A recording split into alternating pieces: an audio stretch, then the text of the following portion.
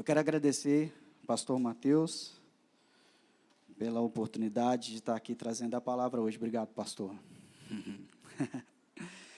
Vamos lá, Malaquias capítulo 3. Está acostumado, né?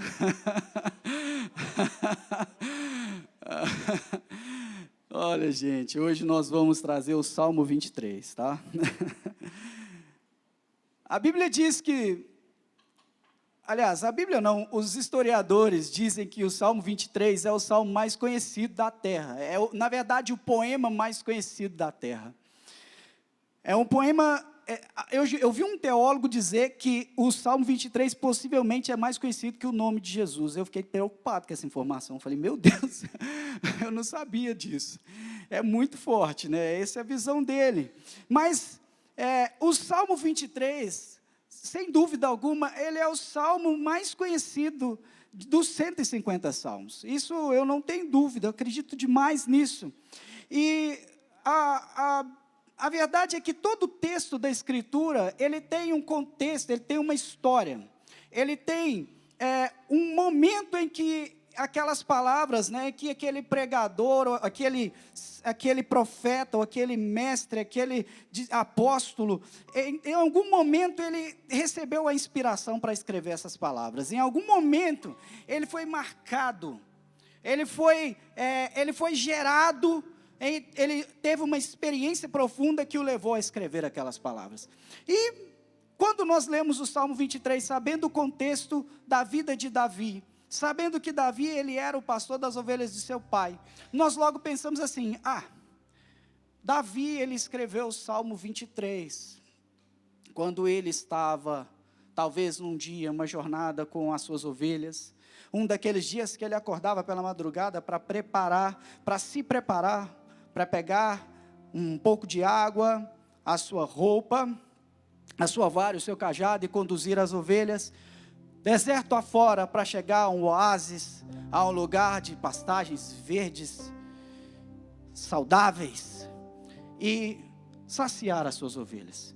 Eu imagino Davi, talvez chegando num lugar, aquele lugar gostoso, as ovelhas ali, se alimentando, e ele senta uma pedra, e debaixo de uma sombra, e ele começa a escrever, o Senhor é o meu pastor, de nada terei falta. Ele vai vendo aquelas ovelhas, ele vai dizendo, as águas, as suas águas, o Senhor me leva às águas tranquilas, o Senhor me leva aos pastos verdejantes. Talvez a gente pode aqui concordar que isso seria uma oportunidade de escrever esse salmo, mas existem algumas outras ideias, e eu quero compartilhar com você talvez uma ideia que para mim ela faz todo sentido, uma ideia que traz um pouco de um contexto que eu acho que justifica esse poema maravilhoso. A Bíblia começa a dar destaque para Davi, um destaque assim eu diria exponencial, a partir de 1 Samuel 17. Porque 1 Samuel 17, Davi, ele começa a sua história saindo do anonimato quando ele derrota Golias. Então Davi, ele vai ali, né, eu já falei com vocês, primeira profissão de Davi, ele foi office boy, né, Uber Eats, ele foi lá e entregar a marmita para os seus irmãos. Então, esse era o trabalho dele naquele momento.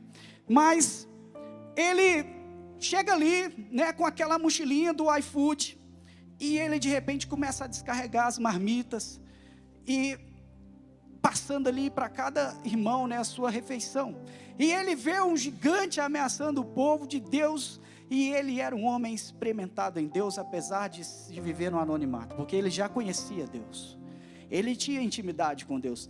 E então Davi, eu não quero entrar muito a fundo nessa história, mas Davi vence Golias, derrota Golias, e ali começa uma ascensão sobre Davi. Davi se torna conhecido de todos. Davi começa, na verdade, com aquele ato, Davi conquistou a admiração de todos. A Bíblia diz que as mulheres de Israel ficaram admiradas com Davi. Elas saíam pelas ruas e cantavam, Saul matou milhares, mas Davi, dezenas de milhares. Olha só, imagine o rei ouvindo isso, o rei Saul, ouvindo esse cântico. E Davi, então, conquistando o carinho das pessoas, das mulheres, ele também conquistou o carinho da casa do rei. A casa do rei admirava Davi. A Bíblia diz que Jonatas, um dos filhos de Davi, ele ficou assim encantado com Davi. E ele fez uma aliança de amizade com Davi profunda. A Bíblia fala que ele falou com Davi: olha, por você morrerei, darei minha vida. Ele fez uma aliança, um pacto de lealdade com Davi. E não parou por aí. A filha de Saul, Mical, ela se apaixonou com Davi. Ela olhou para Davi e falou: eu quero me casar com esse matador de gigantes. Eu quero me casar com esse homem, ele é uma inspiração. A Bíblia fala que ela olhava para Davi e olhava com olhos apaixonados. E também o exército, os homens também ficaram apaixonados com Davi. As mulheres ficaram encantadas e os homens também, porque os homens olharam para Davi e viam em Davi o general, viam em Davi o grande comandante. E sabe, meu irmão, quem ficou apaixonado com Davi? Deus. Deus ficou apaixonado com Davi. A Bíblia fala em um momento que o Espírito do Senhor não era mais com Saul, mas passou a ser com Davi.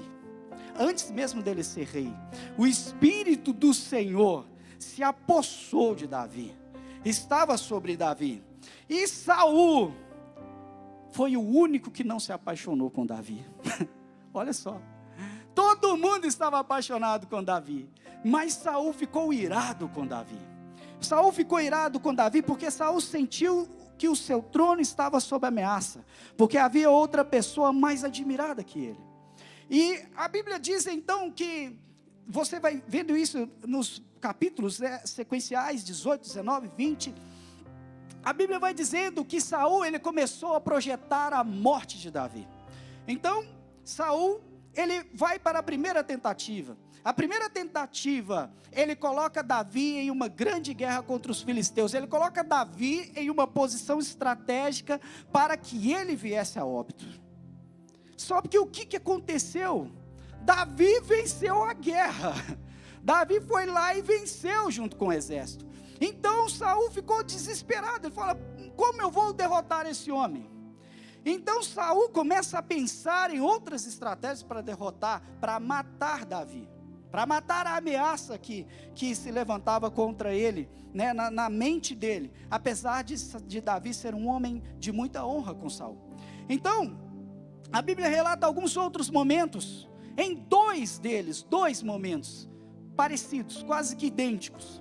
A Bíblia diz que Davi estava com a sua harpa, adorando ao Senhor, abençoando a vida de Saul, intercedendo por ele. E Saul, em um determinado momento, a Bíblia diz, usa essa expressão, ele entra em transe, ele fica possesso de espírito maligno, fica endemoniado, literalmente endemoniado, possesso de um espírito do mal. A Bíblia diz que ele pega então a sua lança de guerra, a sua lança de batalha, e já lança contra Davi com toda a sua força. A Bíblia diz que Davi, ele se desvia daquela lança, aquela lança crava na parede. Imagine isso, ele era um grande guerreiro, ele pegou aquela lança e ele falou: vou matar Davi. Não foi bem assim, né? Ele falou: vou matar Davi. Ele estava endemoniado. Eu não sei imitar um endemoniado, é mais ou menos isso. Ele pega a lança e aí Davi, muito esperto, cara, agora é matador de gigante, não vai ser uma lança que vai pegar esse homem. Ele se desvia. Isso aconteceu uma vez, isso aconteceu duas vezes. Na segunda, Davi ficou tão apavorado que ele correu para casa. A Bíblia fala que ele foi correndo para sua casa. Eu imagino Davi chegando em casa, meu Deus, com a testa suada, desesperado. Meu Deus, eu vou morrer, não é possível, Senhor, depois de tudo isso que eu já passei. E a Bíblia diz que ele chega em casa e começa a conversar com sua esposa, Mical. E então Mical, ouvindo aquela história e sabendo já que seu pai estava enfurecido contra o rei, ela fala: Davi, olha, você não pode ficar aqui, que eles logo virão. E eu imagino ela olhando da janela e vendo o exército, os servos do rei vindo já em direção à casa deles, para pegar Davi, para capturar Davi. E o que acontece? Ela arma uma fuga inteligentíssima, ela vai para o fundo da casa. Eu não sei se foi bem uma corda, como que ela fez, mas a Bíblia diz que ela desce Davi da janela dos fundos da casa. Ela ajuda Davi a se escapar. Ela arma ali, simula que Davi estava na cama, coloca uma imagem lá, um travesseiro, ela coloca umas coisas lá e uma cobertinha, para enganar os soldados, para eles perderem tempo. E ela então ajuda Davi naquela fuga desesperada, sabe? Ela ajuda Davi naquela fuga desesperada. E sabe, meu irmão, deixa eu te dizer uma coisa: Davi não teve tempo para arrumar uma mala e fugir. Não teve tempo. Foi uma fuga repentina. Ele não estava preparado para aquele momento. Ele não se preparou, ele não conseguiu, ele só precisava se escapar daquele momento. Então Davi, ele vai para o deserto. Ele vai para o deserto. Ele não teve tempo de pegar um cestinho, uma sacolinha e colocar alguns pães. Ele não teve tempo de pegar um cantil, encher de água. Ele não teve tempo de pegar uma capa, pegar um cobertor, alguma coisa para se proteger do frio, do calor do deserto. Ele não teve tempo, ele não tinha cabeça para pegar uma espada, para pegar uma arma, para se defender das feras do deserto. Ele simplesmente foge. Era um momento de muita fragilidade. Eu quero que você pense comigo: Davi chegando naquele deserto, chegando naquele lugar e se vendo totalmente desprovido para aquela estadia. Ele não estava preparado. Ele não estava preparado. Sabe, ele estava ali na noite, desesperado e pensando: o que eu vou fazer agora? O que eu vou fazer agora? O rei está vindo. O exército está vindo, eles querem me matar. E é em momentos como esse, que muitas vezes Satanás, ele vem sobre a nossa mente, ele vem sobre o nosso coração, em momentos de muita fragilidade, que ele vem muitas vezes no nosso coração e começa a lançar palavras para nos destruir. Parece que às vezes o diabo, ele age conosco como se nós fôssemos pessoas na ponta de um abismo, e ele fala: agora eu vou só empurrá-lo. Eu vou só fazer um pequeno esforço para que ele vá e caia. Para que ele caia.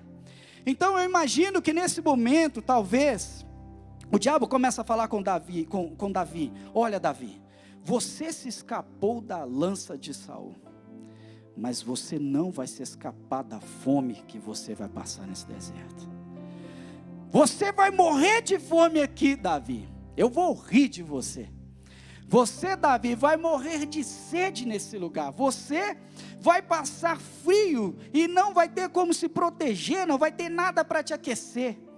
E se você sobreviver ao frio, você vai ser pego por um calor escaldante. Sua pele vai se encher de feridas. Você vai perder a sua respiração. Você vai morrer aqui. E se nada disso for suficiente, Davi, deixa eu te dizer uma coisa: as bestas do deserto vão te buscar. Eu vou te matar nesses dias, Davi.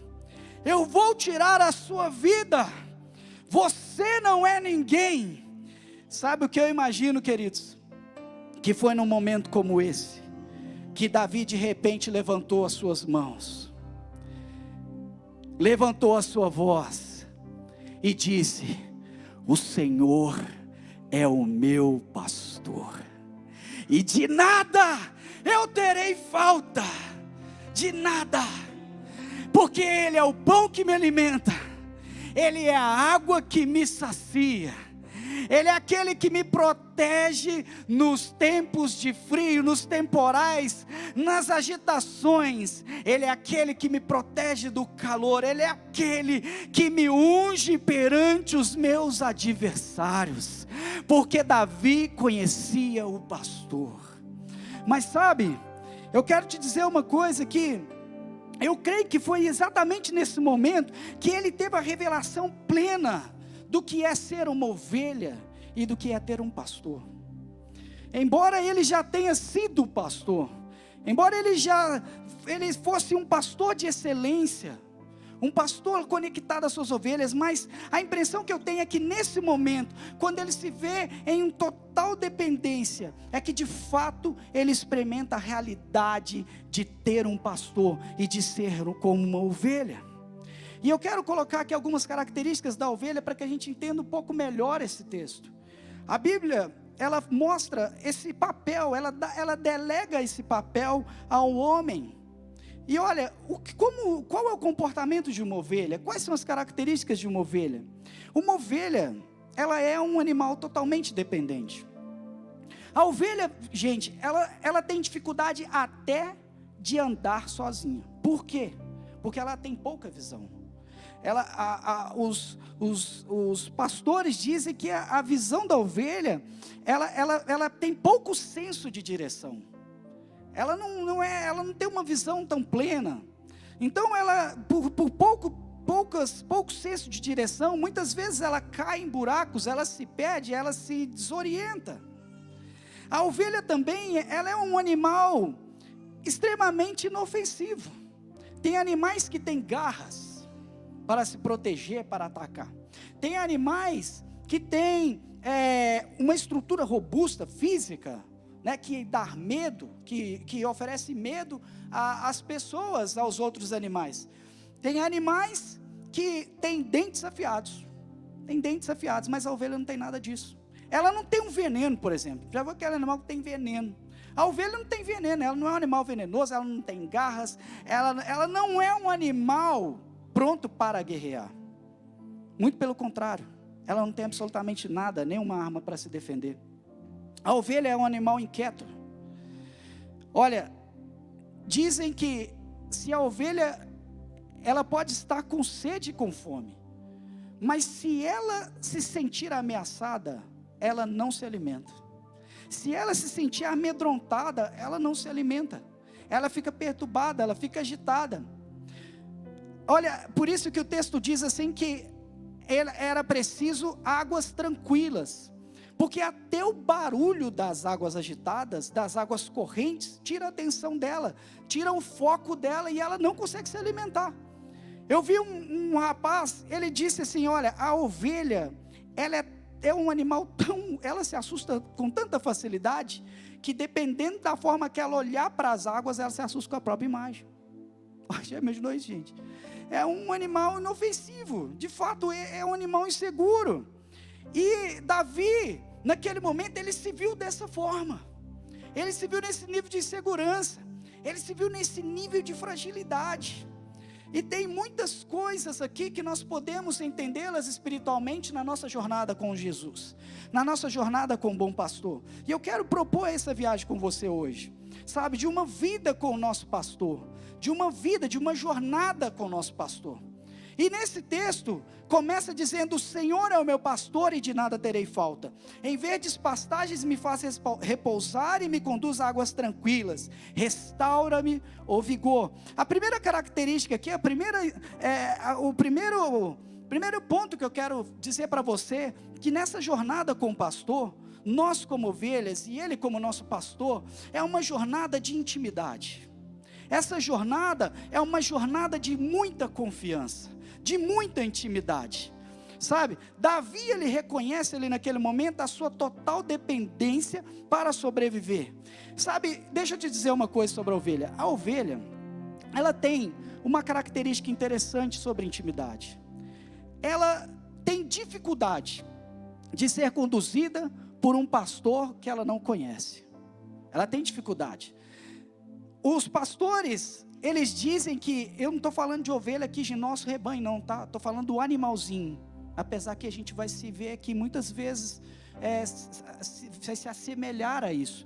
A ovelha, o animal, o pastor, ele tem o hábito de andar, quando ele vai conduzir o rebanho, né, para as águas, para as pastagens, ele tem o hábito de levar alguém com ele. Às vezes ele vai sozinho, mas por muitos pastores andam com um copastor, ou com um jovem, uma moça. Para quê? Para que a ovelha tenha mais de uma referência. Porque no dia que esse pastor passar mal, por exemplo, alguém vai ter que levar a ovelha para a sua vida cotidiana. E no seu trabalho lá, né? Você trabalha de segunda a sexta, folga sábado, domingo, olha que coisa boa. Folga no domingo, só na segunda, tira um dia de descanso, mas o pastor não tem esse dia de descanso. E nesse caso eu estou falando nos dois sentidos. Não tem. O pastor não tem dia de folga. Por quê? Porque ele está comprometido com o seu rebanho. Então, essa ovelha, esse pastor, ele precisa ter alguém o acompanhando para que em algum momento ele possa talvez tirar um dia de folga. E essas ovelhas, elas vão reconhecer. Elas vão reconhecer, porque as ovelhas são guiadas pela voz do pastor. Então elas vão reconhecer a voz do co-pastor. Elas vão reconhecer. Sabe, gente, eu vi um rapaz falando o seguinte, ele disse: olha, muitas vezes é melhor vender a ovelha, levar a ovelha para o matadouro, do que tentar comercializar essa ovelha para um outro proprietário, para um outro pastor. Porque quando ela é colocada nas mãos do outro pastor, se o pastor antigo não tiver feito uma transição para o novo pastor, de tempos onde a ovelha vai conhecer a voz do novo pastor, essa ovelha se nega até a se alimentar, essa ovelha se nega até a beber a água, ela simplesmente começa a viver uma vida de autossabotação. Por quê? Porque ela não conhece a pessoa que está guiando, ela não tem intimidade, e isso traz perturbação para a ovelha. Eu não sei se você consegue perceber a sua vida sem Deus. Como seria a sua vida com outro pastor? Como seria a sua vida fora das mãos do bom pastor? Sabe, meu irmão, essa jornada que você foi chamado para viver, é uma jornada de intimidade. Não cabe viver longe do nosso pastor. Não cabe viver uma vida onde nós não conseguiremos ter um tempo com Ele, onde nós não saberemos ouvir a voz dEle. A nossa história com o nosso pastor é uma história de plena confiança, é uma história de pertencimento. Sabe o que o Senhor te chamou? O Senhor te chamou para pertencer a Ele. E eu digo mais, o Senhor te chamou para pertencer à família dEle. Porque tem outra característica também: a ovelha, ela é um animal que ama o coletivo. A ovelha não é um animal que gosta de andar isolado. Quando ela está isolada é porque tem algum problema, é porque tem alguma coisa para ser tratada. Então a ovelha é um animal coletivo. O pastor vai enfileirando as ovelhas e vai cantando para elas, e elas vão seguindo, todas ali, seguindo, junto com o rebanho. Sabe o que acontece? Tem crente que ainda não entendeu a quem ele pertence. Tem crente que ainda não entendeu a quem ele deve lealdade. Tem crente que ainda não entendeu o nível da aliança que o Pai quer ter com ele. E eu quero te dizer, meu irmão, a aliança que o Pai quer com você é uma aliança de pertencimento eterno. Ela é hoje, ela é amanhã, ela é para o resto da sua vida. Não importa a luta que você passar, Ele está com você e Ele não abre mão de você. Você pertence a Ele, você pertence à família. Nós pertencemos a uma família, é uma aliança de paternidade. Você não é um visitante na casa do Pai, você é um filho, você é um filho amado, e Ele não abre mão de nós, Ele não abre mão de você. E sabe, a Bíblia diz que esse pastor, ele nos leva a águas tranquilas. Por que águas tranquilas?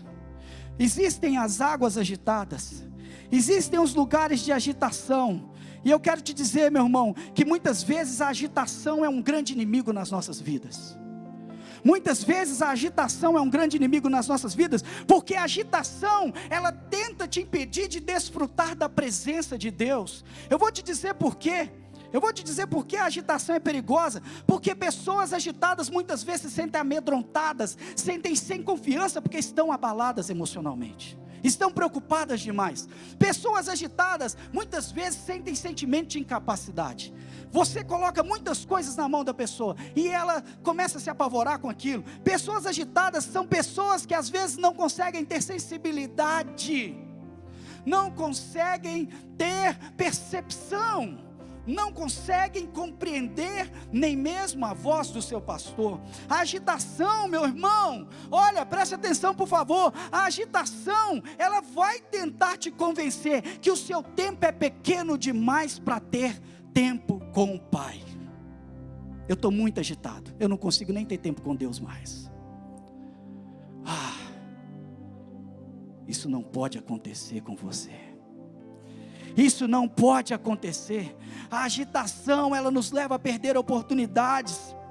Ela nos leva a não perceber porque as oportunidades elas vão passando à sua frente, mas você está tão agitado, que você não percebe que o melhor lugar não é daquele que está servindo para preparar a casa, mas o melhor lugar, não quer dizer que aquele que prepara a casa está num lugar ruim, mas o melhor lugar é aos pés do Senhor, ouvindo a sua voz. A vida com um bom pastor, ela também é uma vida de caminhos retos. Olha, a Bíblia diz: guia-me nas veredas da justiça, por amor do seu nome. O Senhor está dizendo: eu tenho um caminho reto para você. Mas como assim um caminho reto? Como caminho reto no deserto, no lugar que é composto de caminhos íngremes, que é composto de rochas, de montanhas, de caminhos tortuosos, no lugar que é composto de caminhos escorregadios? Como assim um caminho reto em meio a um lugar como esse, onde você tem que atravessar riachos e vales? Como assim um caminho reto?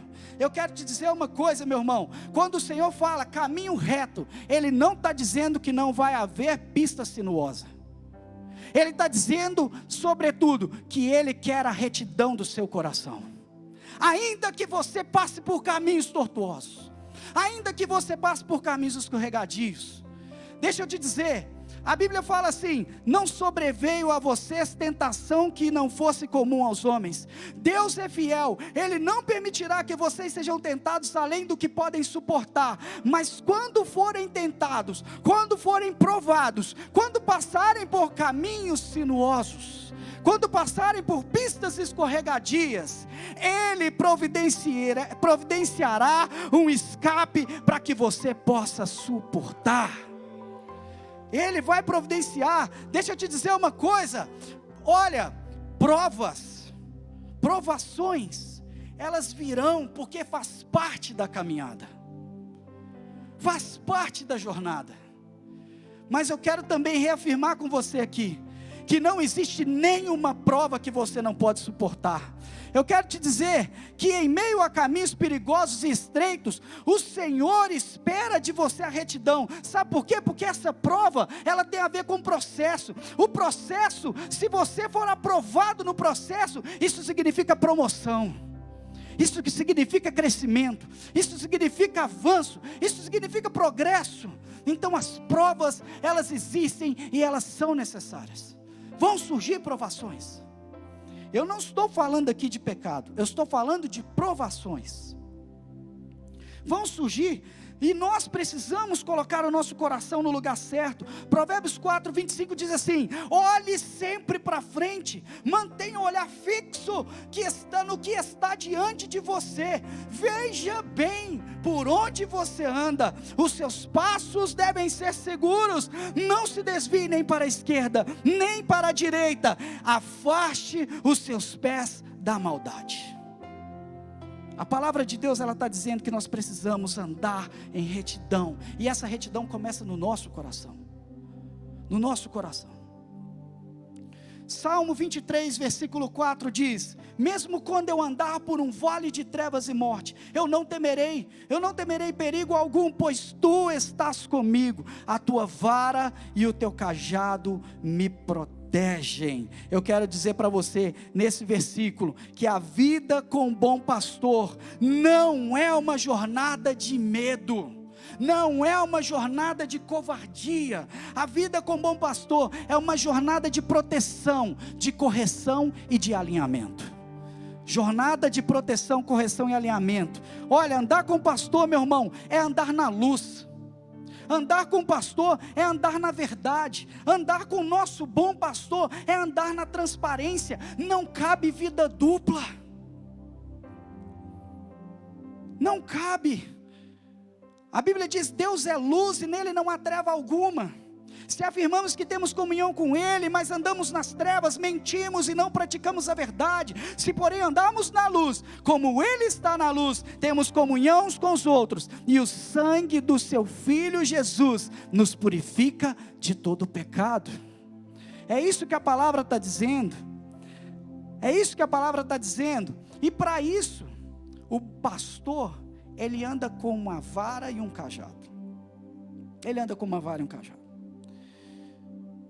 Ele sabe que tem ovelhas que em algum momento vão se desviar do caminho. Ele sabe. Ele sabe que tem ovelhas que vão se dispersar, que vão se distrair. Então ele anda com o cajado e com uma vara. Isso, o cajado e a vara, ele tem no mínimo 3 finalidades para com a ovelha. A finalidade de corrigi-la, a finalidade de socorrê-la e a finalidade de defender a ovelha. Olha, num deserto, quando uma ovelha começa a se desviar, na jornada, quando ela começa a se desviar, o bom pastor corre lá com a vara e dá uma varadinha nela. Não é aí, minha filha, é aqui. Ele faz ela voltar. Ele dá uma cutucadinha nela, é aqui. Sabe o que acontece? Às vezes essa ovelha está andando pelo caminho e de repente, entre uma rocha, uma fendazinha, essa ovelha vai lá, tropeça e cai naquele buraco estreitinho, e ela fica lá se debatendo, tentando sair daquele buraco sozinha. Ela não vai conseguir, porque ela não tem essa agilidade, ela depende do pastor. Então o pastor pega o cajado, o cajado ele tem uma ponta como se fosse de um guarda-chuva. Imagina a ponta de um guarda-chuva, aquele desenho assim. Então ele pega aquele cajado, ele coloca o cajado no meio da rocha e ele pesca a ovelha. Ele tira a ovelha daquele buraco. Ele tira a ovelha daquela situação. E é por isso, meu irmão, que o Senhor tem uma vara e um cajado para te ajudar. Deixa eu te dizer uma coisa: vara e cajado não é para te maltratar. Tem pessoas até hoje que ficam falando: Deus vai descer o cajado. Ai, meu Deus. Meu irmão, nosso Pai, Ele é amoroso demais. Olha só, meu filho, Hebreus 12:5. Não despreze a disciplina do Senhor, nem se magoe com a sua repreensão, pois o Senhor disciplina quem ama.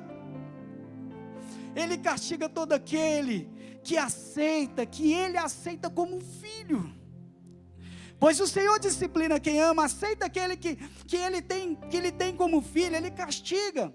Olha, suporte as dificuldades, versículo 7, recebendo-as como disciplina, pois Deus trata você como filho. Pois qual filho que não é disciplinado por seu pai? Se vocês não são disciplinados, e a disciplina é para todos os filhos, então vocês não são filhos legítimos, mas ilegítimos. Quando Deus te corrige, Ele está querendo te dar uma mensagem. Qual mensagem? Seu filho malvado, seu filho cruel, seu filho ruim. Não, Ele está dizendo: eu te amo, meu filho, eu te amo. Quando Deus te corrige, sabe por que Ele te corrige? Porque Ele não aceita te perder. Quando Deus corrige você, quando Deus traz uma situação para frear um sentimento, para frear uma ideia, para frear uma decisão, para frear talvez algo que vai destruir a sua vida, Ele está dizendo para você: meu filho, sabe por que eu estou fazendo isso? Sabe por que eu estou tocando nessa área da sua vida? Sabe por que eu estou tirando isso da sua vida? Sabe por que eu estou te tirando desse lugar e te colocando nesse outro lugar? Sabe por que eu estou tirando desse cargo e te colocando em outro cargo? Sabe por que eu estou te tirando dessa situação, essa coisa que aparentemente é boa demais? Sabe por quê? Porque eu não aceito a ideia de te perder para esse mundo. Eu não vou aceitar te perder para esse mundo. Eu não vou aceitar dividir seu coração com esse mundo. Eu não vou aceitar perder sua família. Eu não vou aceitar perder o seu coração, porque você me pertence. Eu te amo como um filho e eu quero que você me ame como um pai. Esse é o recado que o Senhor te dá. Porque muitas vezes a gente é corrigido e a gente acha que Deus está contra a gente. Não. E o mais gostoso de tudo isso é que o mesmo amor que nos corrige é o amor que nos levanta quando nós caímos. É o mesmo amor. É o mesmo amor que vai nas rochas estreitas para te tirar de lá. É o mesmo amor que vai atrás de você para te livrar. Versículo 5: preparas um banquete para mim na presença dos meus inimigos. Tu me honras, ungindo minha cabeça com óleo e fazendo meu cálice transbordar. Meu Deus, nessa vida com o bom pastor, nessa jornada maravilhosa, nós não estamos isentos de enfrentar o inimigo. Nós vamos enfrentar o inimigo. Você vai ter que enfrentar o inimigo. Mas sabe de uma coisa? Em todas as lutas contra o inimigo, você já é mais do que vencedor. Você já é. Você não será. Virão os predadores do deserto, os lobos, os leões, eles virão os ataques contra o rebanho. Mas eu quero te dizer, meu irmão, que você já é mais que vencedor, mas precisa ter um ponto de atenção aqui. Nessas lutas, nessas tribulações, nessas provações, nós não podemos deixar a posição de autoridade que o Senhor nos colocou. Nós não podemos abrir mão deste lugar de autoridade. Nós aprendemos aqui domingo de uma forma assim, com muita maestria, o lugar que nós estamos posicionados. Veja, o inimigo está posicionado, Efésios 6:12, nas regiões celestiais. A Bíblia diz, os espíritos do mal, eles agem nas regiões celestiais. Nas regiões celestiais. Mas a Bíblia diz, eu quero só reforçar isso, porque o pastor Mateus já falou isso com muita propriedade. A Bíblia diz que o Filho de Deus, o Cristo, Efésios 1:20, diz assim, olha como Deus fez com Jesus, esse poder que exerceu em Cristo, ressuscitando dos mortos e fazendo-o assentar à sua direita nas regiões celestiais. Então Jesus também está assentado nas regiões celestiais. O diabo está na onde, gente? Onde estão os demônios? Onde estão os demônios, gente? Onde? Nas regiões celestiais. E aonde está o trono de Jesus? Nas regiões celestiais. Não é isso? Mas vejam, versículo 21, muito acima de todo governo e autoridade, de todo poder e domínio, e de todo nome que se possa mencionar, não apenas nesta era, mas também na que há de vir, pois Deus colocou todas as coisas, debaixo dos seus pés, e o designou como cabeça de todas as coisas. Então está aqui a influência de Satanás, e está aqui a influência de Jesus. E onde nós estamos? Nós estamos em Cristo. A Bíblia diz, Efésios 2:4, todavia Deus, que é rico em misericórdia, pelo grande amor com que nos amou, deu-nos vida juntamente com Cristo, quando ainda estávamos mortos em nossas transgressões. Pela graça vocês são salvos. Deus nos ressuscitou com Cristo, e com Ele nos fez assentar nos lugares celestiais em Cristo Jesus. Então, você está acima de todo príncipe das trevas. Nós estamos acima. Mas como nós sustentamos essa posição? Nós sustentamos essa posição com submissão. Nós sustentamos essa posição com uma vida de intimidade com o Pai. Nós sustentamos essa posição com aliança. Com aliança. Sabe, querida, a Bíblia diz, as minhas ovelhas ouvem minha voz, eu as conheço e elas me seguem. O que é complicado é quando nós deixamos de dar ouvidos à voz do pastor, à voz do bom pastor. É quando nós resolvemos dar ouvidos à nossa carne. É quando nós damos ouvidos aos nossos desejos do coração, aos desejos da nossa alma, que muitas vezes são enganosos. é quando muitas vezes damos ouvidos a pensamentos enganosos do inimigo. A Bíblia diz, Efésios 2:1-3, diz assim que há espíritos que atuam na vida dos filhos da desobediência. A Bíblia fala que são filhos que andam em práticas que outra hora andavam. São filhos que estão seguindo os próprios desejos e pensamentos, que estão satisfazendo as vontades da carne. Sobre esses filhos, o espírito da desobediência consegue acesso. Olha, eu vou te dizer uma coisa, preste atenção nisso. Satanás não precisa de convite para entrar na vida de ninguém. Ele só precisa de uma porta aberta.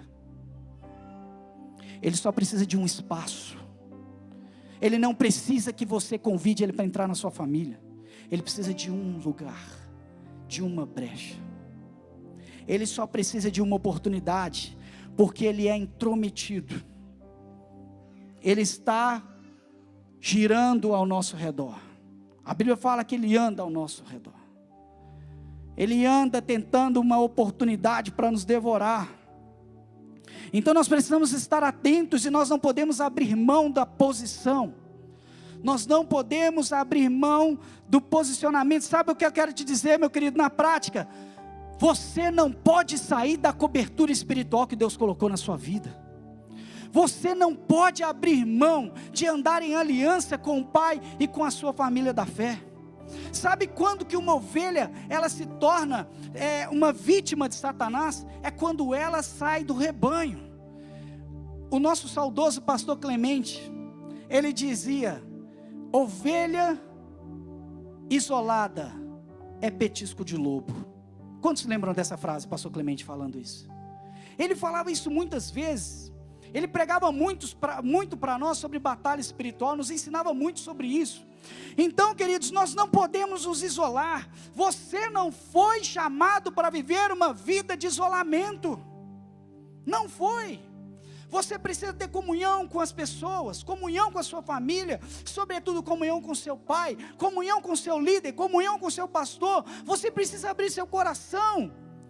Não deixe que nada quebre a sua aliança com sua família da fé, porque é aí que mora o perigo. Mas Davi também fala de um outro aspecto da unção, da autoridade. Ele diz: tu me honras, ungindo a minha cabeça com óleo e fazendo o meu cálice transbordar. A cultura de Israel, né? A cultura de um anfitrião israelita, quando ele ia receber alguém, ele preparava aquele ambiente, aquela mesa maravilhosa. Ele preparava uma água, ele preparava a bacia, ele preparava um óleo, porque ele sabia que os seus convidados viriam talvez de lugares muito distantes, enfrentando o sol, enfrentando poeira, enfrentando desgaste, muitas vezes a pé, às vezes sobre um animal, enfrentando, situações cansativas, às vezes horas de caminhada. E quando ele preparava então a sua casa para receber o seu convidado, o que ele fazia? Quando esse convidado chegava, ele colocava ele sobre a mesa, colocava ele ali assentado, e ele vinha e derramava um óleo sobre a cabeça do seu convidado. O que significa isso? O seu convidado estava cansado, ele enfrentou o deserto, talvez ele tenha enfrentado até um inimigo, até uma besta, e ele chegava muito desgastado, com o seu rosto empoeirado, com sua roupa suja, com cheiro ruim. Então aquele óleo servia para formosear o rosto do seu convidado, para trazer sobre o seu convidado a alegria de novo. Olha, deixa eu cuidar de você, vem cá, eu te amo demais, você é bem-vindo nessa casa, deixa eu derramar óleo sobre você, então eu quero te ver sorrindo. Aí ele derramava esse óleo, e de repente voltava a formosura, ele restaurava o vigor do seu convidado. Esse óleo, gente, ele perfumava o convidado, aquele cheiro, aquele odor, sabe? E então esse óleo perfumava o seu convidado. E esse óleo, quando ele vinha sobre a fronte do seu convidado, sobre o rosto, ele trazia de novo o brilho sobre o rosto do seu convidado. Porque aquele rosto, imagina, empoeirado, cansado, e de repente vinha aquele óleo, e ele limpava ali, ele formoseava o rosto do seu convidado. E sobretudo, ele dizia, nessa casa, esse óleo significava, nessa casa, você é honrado, você é honrado, você é bem recebido. Deixa eu te dizer uma coisa, o Senhor, Ele prepara uma mesa para você. Talvez você está desgastado por enfrentar muitas lutas contra o inimigo, lutas na vida dos seus filhos, lutas na vida, no seu casamento, lutas no seu trabalho, lutas no seu coração, lutas contra o próprio Satanás, contra os demônios, contra espíritos perturbadores. Mas Ele te diz nessa noite, aleluia, Ele te diz, olha, na minha casa você é bem-vindo, e eu tenho óleo para derramar sobre você. Eu quero devolver a alegria para o seu rosto, eu quero formosear você, eu quero te alimentar, eu quero trazer perfume para a sua vida. E é muitas vezes, meus queridos, que nós, cansados de batalhas contra o inimigo, sabe, você assim realmente abalado, abatido, vem o Senhor Jesus e derrama óleo sobre a sua vida e revigora você, e levanta você. Sabe por quê? Porque o Senhor, Ele tem unção, Ele tem graça capacitadora para você, Ele tem poder do Espírito Santo para você, e com esse poder Ele quer envolver você e a sua casa. Essa é a jornada que Ele tem para a sua vida, é uma jornada de graça, de unção. Ele ama a sua presença na casa dEle, Ele ama ter você à mesa com Ele, Ele te honra, Ele te honra. Eu estou olhando para homens e mulheres honrados, amém? Você toma posse disso aí? Eu quero partir para o final agora dessa mensagem. Eu queria convidar aqui o meu amigo Samuel Portes, vulgo Bolinha, ex-Bolinha. Olha só, gente, como que ele está fininho, que coisa linda. Vem cá, meu amigo. Eu combinei com ele um teatro aqui, uma encenação, em 30 segundos ali, gente. Olha só, e ele topou. Corajoso, né? Olha, o último versículo desse texto diz assim: sei que a tua bondade e fidelidade me acompanharão todos os dias da minha vida, e voltarei para a casa do Senhor enquanto eu viver. Ah, que versículo maravilhoso, meu Deus. Olha, a vida com um bom pastor é uma vida onde você será cercado pela bondade e a fidelidade do Senhor. A Bíblia diz em Salmo 139:5: tu me cercas por trás e por diante, e sobre mim, você coloca sobre mim a sua mão. Ele te cerca de todos os lados. Oh, meu amado, minha amada, Ele te cerca de todos os lados. Ele te protege à frente, Ele te protege atrás, na sua retaguarda. Ele protege a sua cabeça, Ele coloca a mão dEle sobre a sua cabeça, Ele te protege. Agora é interessante, e aí que vai entrar o meu amigo aqui, que o tempo todo Jesus nos chama para segui-lo. Jesus nos desafia a seguir a sua voz, não é verdade? As minhas ovelhas ouvem a minha voz e me seguem. Mas aqui não está dizendo que nós seguiremos a bondade e a fidelidade, está dizendo que a bondade e a fidelidade irão nos seguir. Está dizendo o contrário. Eu quero fazer duas encenações aqui com meu amigo. A primeira delas, entenda, é eu tentando seguir a bondade e a fidelidade. Eu tentando seguir a bondade e a fidelidade. Vamos lá, bondade e fidelidade. Eu quero te seguir. Me chama para te seguir. Vamos. Ai, nossa, olha. Ai, meu coração está com tanta vontade de ficar nesse lugar aqui. Que tenta. Olha, desviei meu olhar da bondade e da fidelidade. Ela continuou. Ai, mas eu vou voltar para a bondade e fidelidade. Depois de muito tempo, estou aqui de volta, bondade e fidelidade. E eu vou seguindo a bondade e a fidelidade, mas sabe o que acontece? De repente vai vir um caminho sinuoso, vai vir um caminho estreito, e sabe o que vai acontecer comigo? Eu vou tropeçar e vou cair. E a bondade e a fidelidade vão continuar. Eu vou me perder dela. De repente, eu estou seguindo a bondade e a fidelidade. Pode ir, bondade. E sabe o que acontece? Vem um espírito, vem uma força das trevas, e me tira do caminho, e me isola. Eu estava fraco e eu caí. E o inimigo me ataca, e a bondade e a fidelidade se vão. Mas eu quero trazer para você o cenário, o qual Davi obtinha a revelação. Ele diz: a tua bondade e a tua fidelidade me acompanharão todos os dias. Então eu quero te mostrar como que funciona a minha e a sua vida em relação à bondade e à fidelidade do Pai. Agora eu vou ser a bondade e a fidelidade, e você vai ser a ovelha, ok? Vamos lá? Então, eu vou seguir a ovelha, a bondade e a fidelidade vai seguir a ovelha, ok, ovelha? Então pode ir, eu vou te seguir. Olha só essa ovelha, gente, ela está sendo seguida bem de perto, pela bondade e fidelidade, mas sabe o que vai acontecer?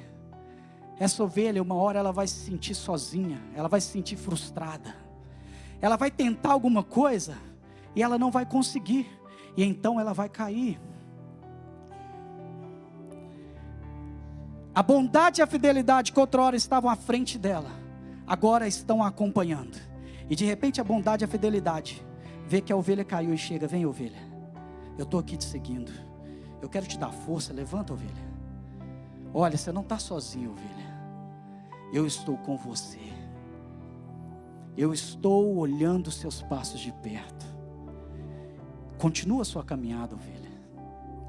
E aí a ovelha continua a sua jornada, e essa ovelha, ela começa a ser atacada por profundas tentações, ela começa a ser atacada pelas coisas do passado, ela começa a sentir aqueles desejos, aqueles sentimentos enganosos, e essa ovelha cai de novo,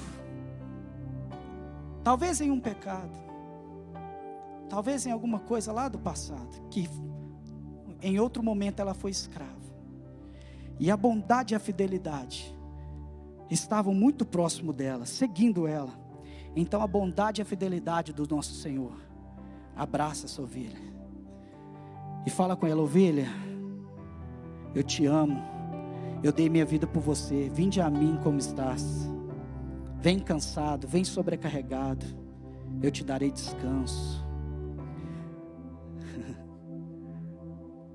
meu jugo é suave, deleite-se em mim, minha ovelha. Olha, você tem um advogado fiel e justo para perdoar os seus pecados. Continua a sua história, ovelha, e eu vou continuar te seguindo. E essa ovelha continua, e vem de repente um grande ataque do inimigo contra ela. Ela começa a ser atacada pelas trevas, é muita provação, é muita seta do inimigo, e essa ovelha, ela cai diante das tentativas do inimigo de destruir a vida dela. Mas a bondade e a fidelidade não vão passar sem resgatar essa ovelha. Então a bondade e a fidelidade toma essa ovelha, levanta essa ovelha e diz para ela: ovelha, o seu lugar é a minha mesa, perante os seus inimigos eu unjo a sua cabeça com óleo e faço o seu cálice transbordar. Eu te empodero, ovelha. Você é forte, ovelha. Eu te dou minha unção, ovelha. Eu te dou minha autoridade, ovelha. Ovelha, lembra? onde você está sentado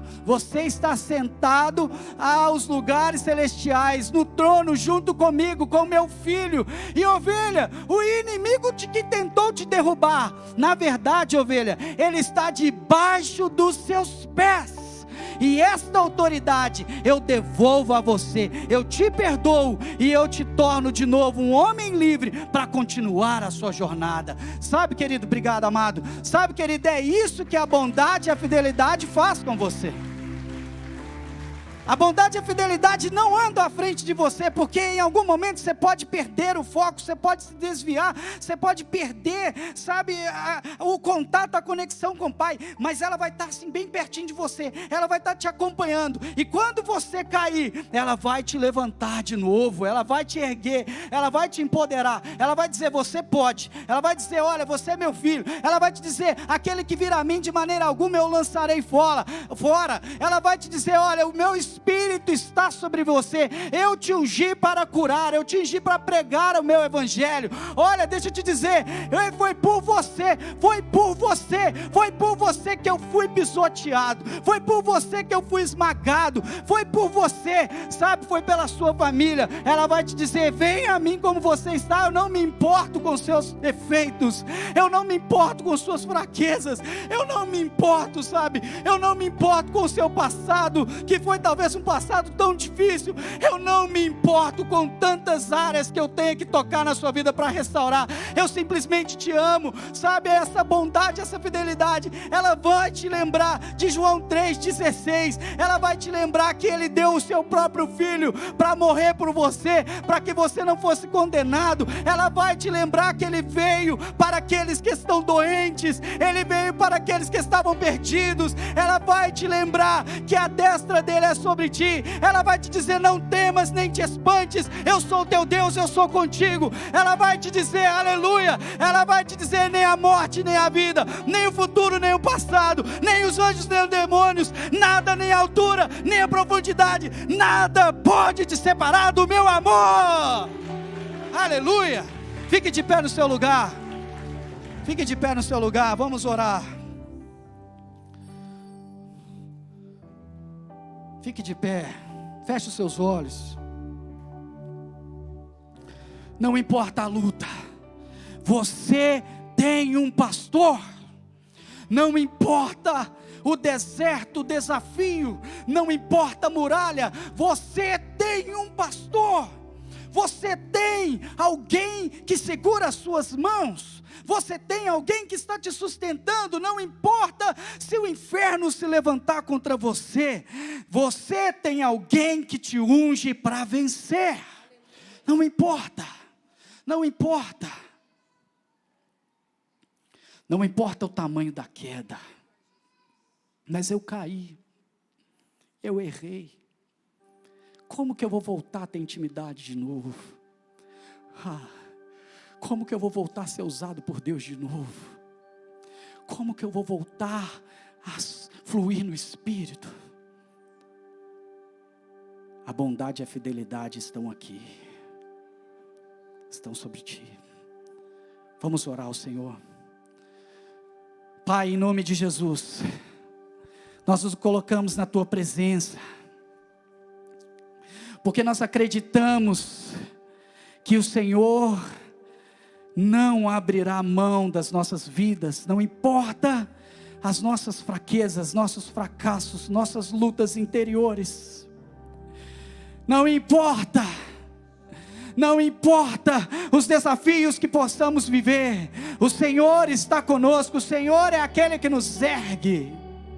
Espírito Santo, nesse momento eu intercedo pela tua igreja nesse lugar, e eu declaro, Senhor, filhos se levantando aqui nesta noite, filhos sendo levantados, empoderados pelo Espírito Santo nessa noite.